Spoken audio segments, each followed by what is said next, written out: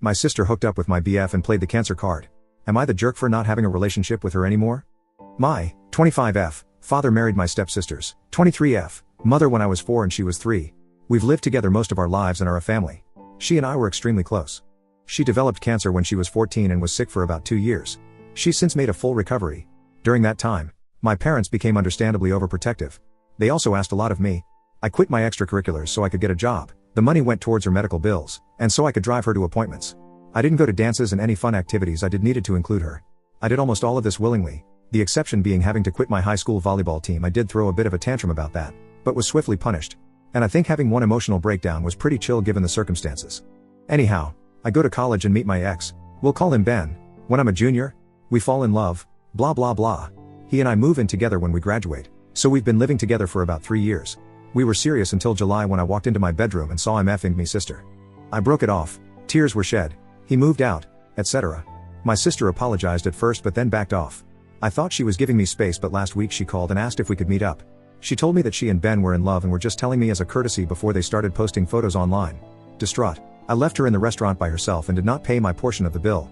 She later Venmo'd me asking for the money. She told my parents, who then called me to their house, telling me how disappointed in me they are for not supporting my sister's relationship with Ben. They brought up the fact that because she had cancer as a teenager, she never learned proper social etiquette, and has a hard time meeting people. I don't buy this. In part because I've seen her socialize just fine, and since we spent a good chunk of the time she was sick together, that would also mean that I should have bad social skills as well. By that logic, they then told me that if I don't accept my sister and Ben's relationship, they may have to go no contact with me. I reminded them that I'm also their daughter and they should understand my point of view, but they are adamant that this is about me being jealous of her. For the record, I'm not jealous of her. I'm not upset that Ben picked her over me. I'm sad about the end of the relationship and do feel betrayed, but Lord knows that I don't want to be with a cheater.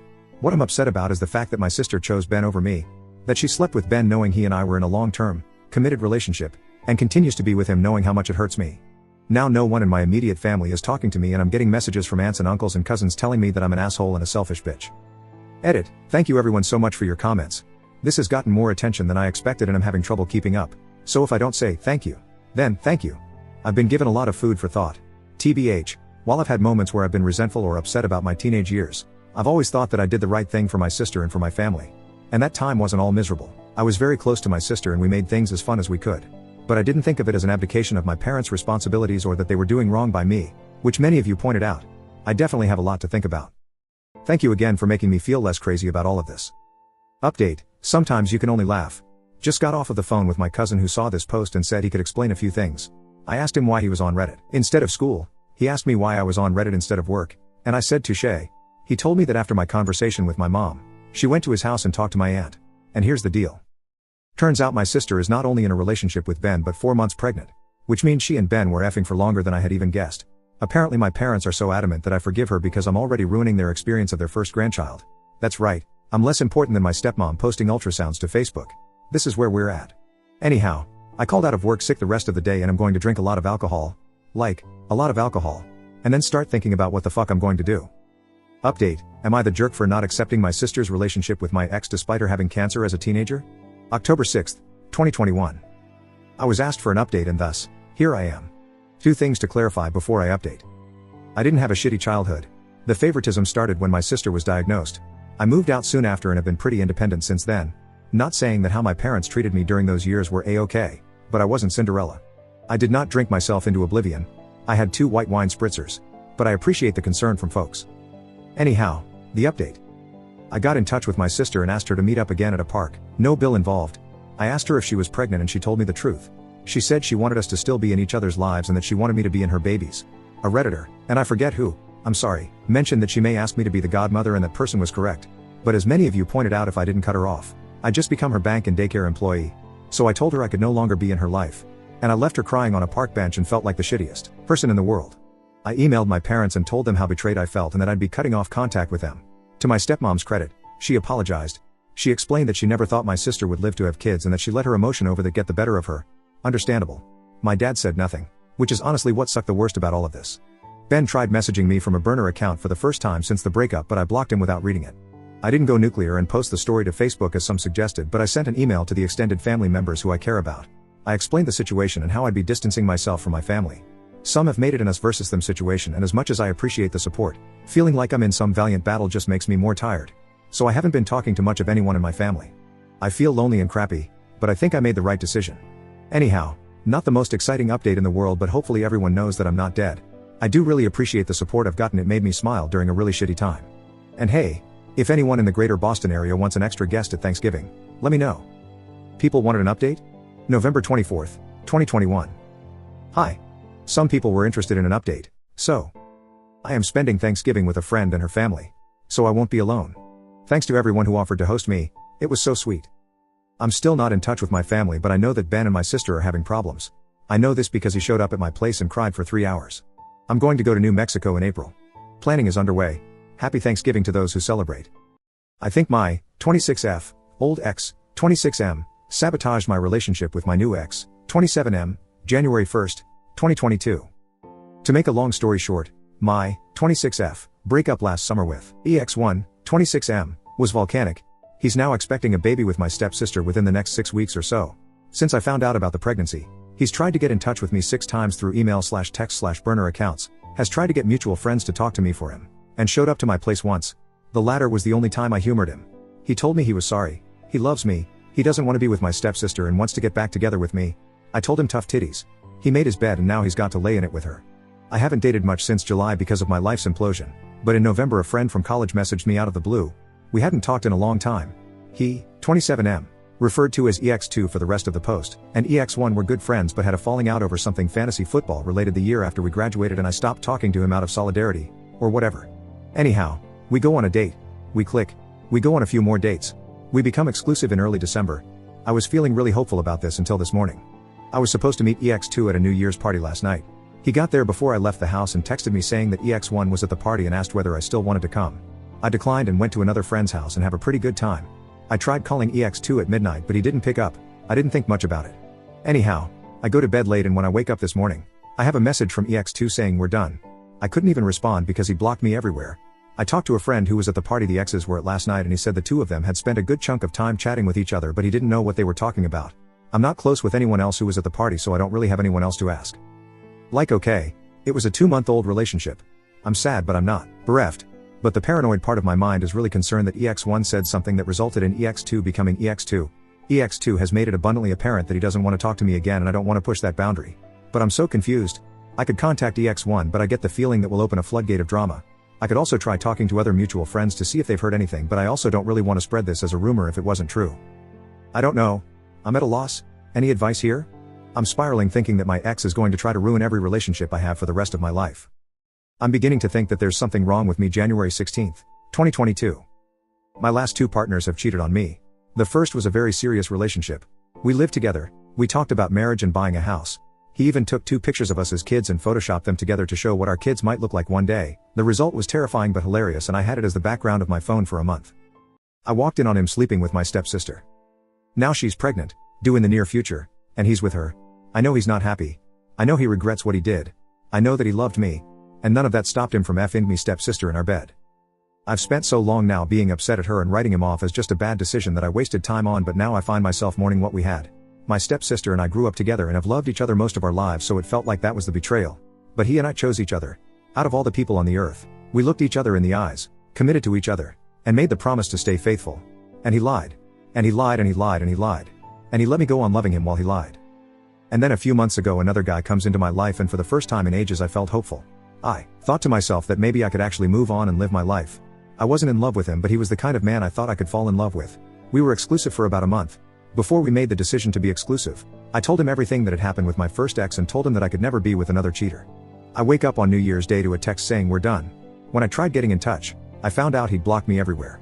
Turns out, he met someone at a New Year's party, and hooked up with her. Instead of telling me, he just blocked me everywhere and sent a lackey to message me a few weeks later with a real story and a half-assed apology. I want to be angry and maybe a part of me is. But as I'm sitting here, I'm just thinking. What if it's me? What if I'm just not lovable? What if it's never going to happen for me? The thing is, I've been a pretty confident person.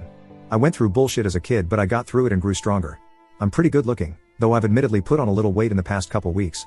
I've been told that I'm fun. I hold down a good job and make decent money. I also live my life according to my values. I've always put my family and partner first because that's just how I believed it should be done. And I thought that I would be prioritized in turn. I've lost most of my family because they'd rather have my stepsister's baby in their life than me. My friends have been fair weather. For the most part, and I know that I'm a laughingstock in my friend group, as much as they pretend to pity me to my face. I feel the little spark I've always had fading. I don't chime in on conversations anymore. I've stopped putting on cute clothes when I go out. I don't plan anything, so I don't have anything to be disappointed about. Soon I'll be the same age as my mom was when she died. I never knew her, but I've always loved her, thinking of her watching over me. I don't remember the funeral, but it was one of those funerals where there wasn't a dry eye in the house. She lit up a room. People tell me she was a good woman. In my worst moments, I wonder what it would be like if I died right now. Would anyone cry? Would anyone care? Would anyone even come? Anyhow, sorry for writing a novella. Just not sure what to do anymore and who to talk to. If you read all this, thank you. Update-ish May 30th, 2022. Hello folks.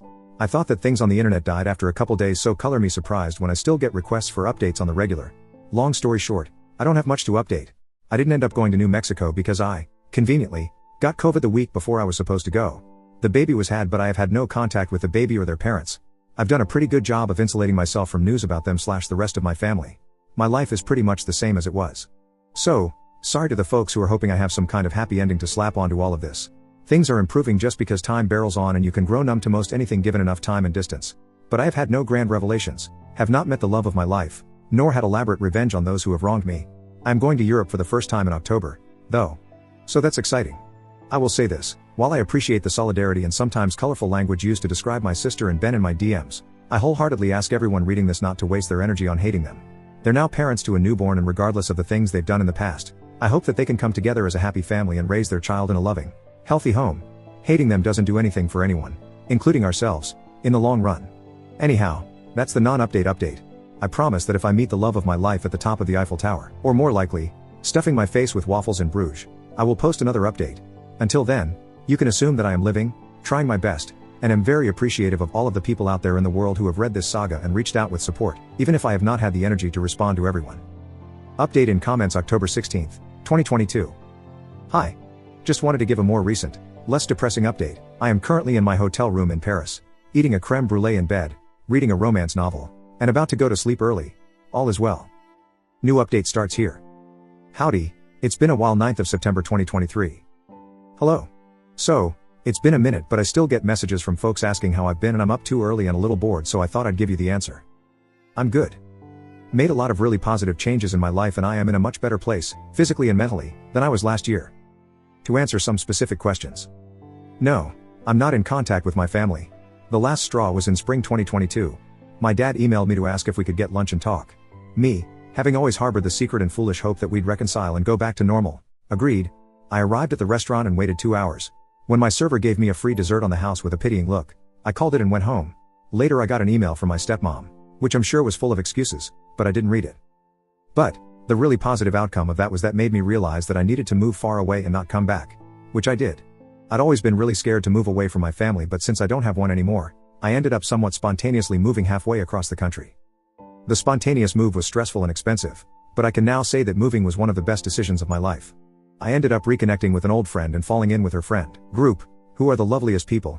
I've never felt safer or more supported, and I feel so lucky to have them in my life. And it's less humid here. That's a big win. One of our friends is a counselor who helped me find a therapist that I really click with. And it took a few tries and a therapist who didn't immediately want to do CBT with me, which just isn't my thing. But I found someone I really connect with. I'm now doing IFS therapy, and it has really changed my relationship with myself and helped me realize all of the hurt and pain I've been holding on to and start to heal. So, y'all were right, and I needed to go to therapy. Give yourselves a pat on the back for that one. I also got diagnosed with depression and am taking medicine for that. It was a bit hard to stomach as someone who always saw her value as being the happy person who takes care of everyone all the time, but it turns out that sometimes when your needs aren't met as a kid, you end up becoming the happy person who takes care of everyone all the time because you're afraid that if you show the slightest bit of unhappiness, you won't be loved anymore, and that's fucked up. I also met a guy, and I know you're all saying, papaya no. Your decision making around men cannot be trusted. But I assure you that he's different. Instead of rolling his eyes when I'm feeling off, he'll either just quietly lay on the couch with me or go for a walk, or he'll say really dirty things to me in his spot-on Kermit the Frog voice until I'm laughing so hard I can't focus on anything else. And bonus. He's far too busy painting D&D minis to find the time to cheat on me, so I'm not even worried about that. I did have to invest in a somewhat elaborate Renaissance fair costume, which is not something I had imagined for myself, but I'm having a great time. I'm gonna marry this dude someday. As for Ben and my sister, as far as I know they're still together. Every so often she tries to get in touch with some manner of burner account, but I ignore all of it. I'm still bummed that I'm not going to be a part of my siblings' life, and I do, honestly, still really miss my family, but I know this is right for me. Sorry I don't have any salacious info on them, since I know you're all really here to hear about their karmic downfall or whatever. But on my end, things are good. Better than they were before I found out I was being cheated on. My current life is built on real contentment, not fear disguised as shallow happiness. It's not perfect and I have a lot of problems that I'm working through, but I'm proud of myself and I think my mom would be, too. So that's the update. I think it's going to be my last one. At least on this account. Thanks Reddit for supporting me and making me smile through some of the worst, weirdest points in my life. May you, too, be blessed with internet strangers who cheer you on and offer to sabotage the lives of the people who do you wrong.